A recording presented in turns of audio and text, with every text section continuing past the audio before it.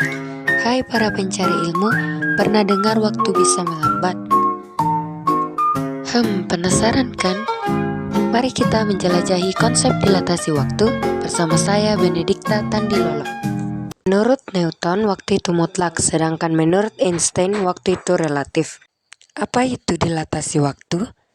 Dilatasi waktu adalah fenomena dalam teori relativitas khusus yang menyatakan bahwa waktu yang diukur oleh dua pengamat dapat berbeda jika salah satu pengamat bergerak dengan kecepatan mendekati kecepatan cahaya relatif terhadap yang lain. Konsep ini pertama kali dijelaskan dalam teori relativitas khusus yang dikembangkan oleh Albert Einstein pada tahun 1905. Apakah benar dilatasi waktu itu terjadi? Pada tahun 1971 diadakan sebuah eksperimen yang dilakukan oleh Heffel dan Keating. Mereka punya 12 buah jam atom cesium, di mana jam atom ini memiliki ketelitian yang sangat akurat, yaitu sampai 10⁻⁹ sekon. 4 buah jam disimpan di pangkalan udara Naval Observatory. 4 buah jam dibawa oleh pesawat jet ke arah timur, sedangkan 4 buah jam lagi dibawa ke arah barat. Hal tersebut untuk mengelilingi bumi. Hasil eksperimennya, jam di pesawat mengalami keterlambatan jika dibandingkan dengan jam di pangkalan udara. Walaupun pesawat jet kecepatannya belum mencapai kecepatan cahaya, namun karena jam atom cesium ketelitiannya sangat bagus, yakni 10⁻⁹ detik, maka masih bisa mengukur perbedaan waktunya. Jadi kesimpulannya, jam yang ada di pangkalan udara lebih tua dibandingkan yang ada di pesawat. Dari sini dapat terlihat bahwa dilatasi waktu itu terjadi. Berikut animasi menggambarkan bahwa roket yang berangkat dari bumi ke luar angkasa dengan kecepatan mendekati kecepatan cahaya. Di bumi, pengamat akan melihat waktu berjalan lebih lambat bagi astronot di dalam roket. Jika kecepatan roket mendekati kecepatan cahaya, maka efek dilatasi waktu akan semakin besar, sehingga waktu bagi astronot lebih lambat dibandingkan waktu di bumi.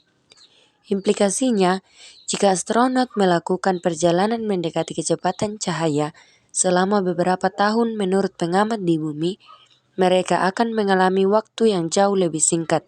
Fenomena ini terkait dengan paradoks kembar, di mana seorang kembar yang bepergian dengan kecepatan mendekati cahaya akan kembali ke bumi lebih mudah dibandingkan saudara kembarnya yang tetap di bumi. Adapun persamaan dari dilatasi waktu, yakni selang waktu yang diukur oleh pengamat yang bergerak dengan kecepatan terhadap kerangka acuan sama dengan selang waktu yang diukur oleh pengamat yang diam terhadap kerangka acuan dibagi dengan faktor Lorentz, yakni akar 1 dikurang V²/C². Berdasarkan persamaan tadi, adapun contoh soalnya yakni seorang astronot melakukan perjalanan ke bulan dengan kecepatan 0,8 c. Jika dalam pesawat, waktu yang berlalu adalah 6 tahun, berapa lama waktu yang berlalu menurut pengamat di bumi?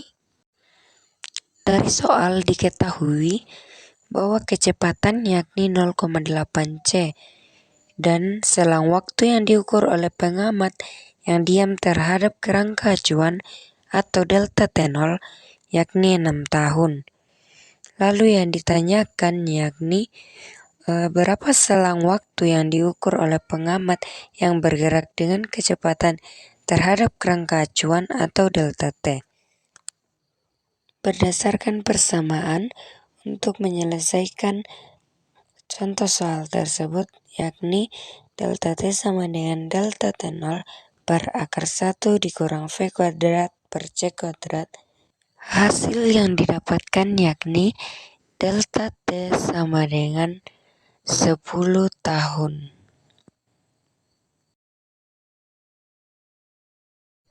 Dilatasi waktu merupakan konsep luar biasa yang mengungkap berbagai kemungkinan baru dalam pemahaman kita tentang alam semesta. Hal ini membuktikan bahwa waktu bersifat relatif, bukan mutlak, dan bergantung pada faktor seperti kecepatan dan gravitasi.